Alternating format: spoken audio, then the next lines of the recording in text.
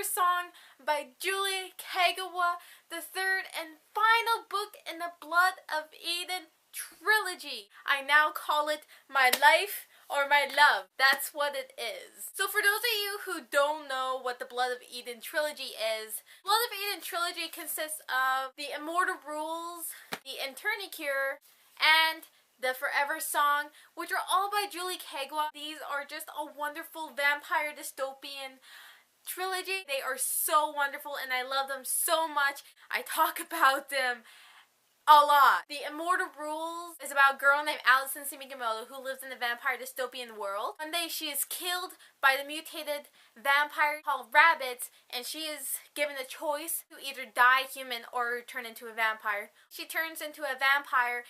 The whole series is kind of like an ongoing battle between humanity and battling the monster that she fears that she may become. It's just a wonderful, wonderful trilogy. There's so many wonderful characters to catch on to. You just love them all so much. So the Forever Song was so much better than I thought it was going to be. I had this barrier ready for anything that could possibly happen. I love this book to tiny little pieces. No, not tiny little pieces, because if it's in tiny little pieces, I can't read it. It wrapped up everything so well. If you guys haven't read the first two books, I recommend you guys go read those and come back because I'm going to be talking about this. The Forever Song continues on. It's been a few weeks later and now Allison and the whole crew has to go on an adventure to go save the world from Saren from doing the apocalypse because he's crazy. He's sadistic. Love the characters in this book. So many of them have like grown onto you throughout the trilogy. So much going on. It's such an adventure, suspense in it. It's just so unexpected. I gave the Forever Song 5 out of 5 stars. There's no questions asked. I loved these books. I'm pretty sure this is the only trilogy that I actually gave 5 out of 5 stars to every single book. If you guys haven't read the Forever Song, you guys should really do that. Come back. Like, if you guys read the Eternity Cure and still haven't read the Forever Song, how are you alive?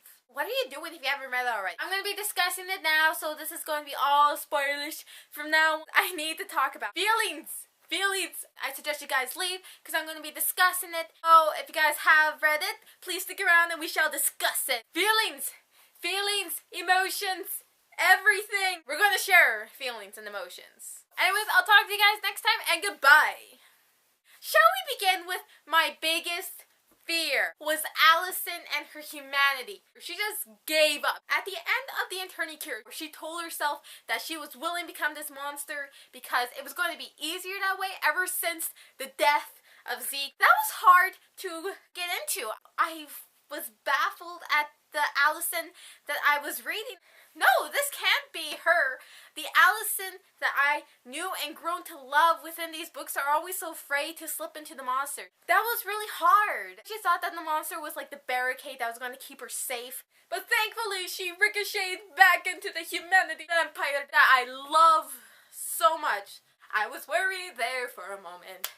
I don't think I could have fathomed going on with the book with this monster of Allison that was not hurt. She was once again the Allie that knows. Happy day. Jackal, of course, is going to be a total whiner. He is annoying, sarcastic, and he's just a pain in the butt.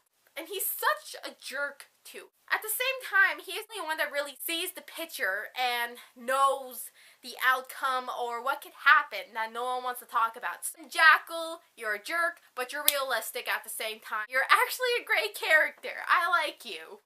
We realize that we're being hunted down by the Raiders again. We return to Chicago, which is terrifying but there's a new king. The traps that were set up were so much like Saren. When we get into the office, we see the body. My heart stopped. Seeing Zeke's body there just brings up so many emotions from the other book. The moment that he spoke, I knew that he was a vampire. I have been neglecting the possibility of Zeke being a vampire for so long. He acts like the same Zeke. I was hopeful that we actually still had him until he staked her through the heart. Oh my god! Allie has been staked through the heart. Jackal has been stabbed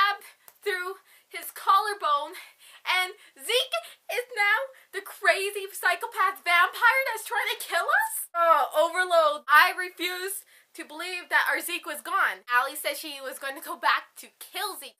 How can we kill him and go off and save Eden? That is not gonna happen. Fighting him, he knew Allie's weaknesses and he knew the best ways to get to her. Allie bit him. Whoa, whoa, whoa. When a vampire bites another vampire, you can either experience terrible pain. On the second hand, vampires can feel other vampires' emotions and experiences through blood sharing. It was a different experience to see how Zeke thought. Thankfully, it brings him back. Now we're all one big, happy, messed up vampire family. The way to save the world from another apocalypse.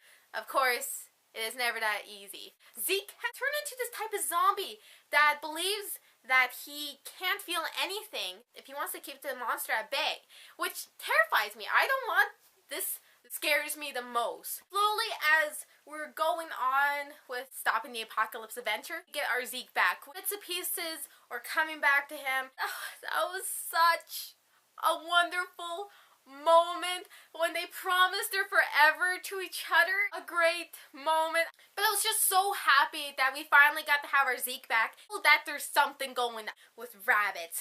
Especially since coming across any. I didn't think it was as bad as rabbits that never stop until they're chopped up into little pieces. Foley and Saren is falling like Chainsaw Massacre, except 99.9 times worse. That is scary. This new virus was actually created in Eden, that the new virus actually spreads quicker than the normal red lung virus. It's terrifying. Jackal is scratched, he's infected, and Allie is infected too, and the world is going to end. It can't end this way. Oddly, Jackal just grows on you. You can't imagine being without that sarcastic lunatic that you just want to punch, but you also want to hug when he just comes back alive. Saren has one arm. He can still fight? Kanan and Allie. This is one thing I don't get.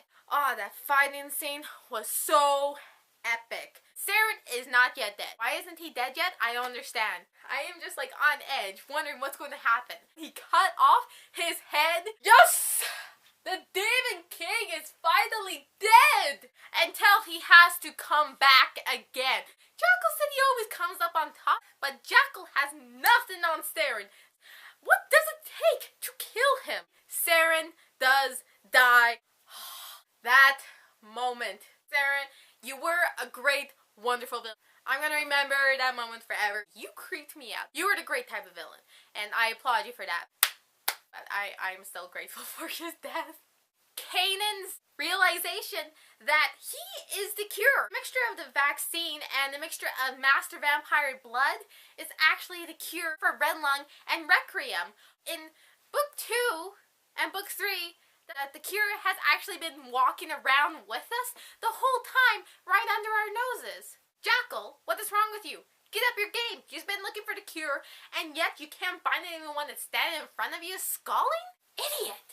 To have him sacrifice himself to the rabbits, I didn't want to let him go. I really loved Kanan's father figure in the book. His last words to Allie were so memorable. He always saw that she was a master vampire, that she would grow to be a master vampire. Everything that ever happened just came rushing back. She always fought her determination, how she came out of hibernation, which no other vampire can ever do unless you're a master. It just all adds up. The Kanan is at peace now because all he wanted was the cure to help humans. I just hope that wherever he is, he's at peace. Kanan, I salute you. Go on, awesome vampire fight demons in another world. So the ending of the book was so happy. We found the cure. Allie and Zeke are together. Sleb and Bethany, which was so surprising to see them in this book. Jackal says he's going to go travel around. He's not going to raise his vampire army, so thank God that's not going to happen. Allie and Zeke just together. It was such a happy ending. In the beginning of the book, we just start out terribly bad, that we're so fearful of what's going to happen, and then we just turn into this good, happy ending. May these books ever, forever be my life, as long as eternity with these beautiful, wonderful creations forever be. Anyways, that was my book review / discussion of The Forever Song by Julie Kagawa. I hope you enjoyed that. If you guys have any feelings about this book, please share them. I hate being the only one actually ranting about these books. Obviously, my closing rating of the whole trilogy is obviously going to be 5 out of 5. It's just an epic series to get into, and I'll love it forever. I'll talk to you guys later. Bye.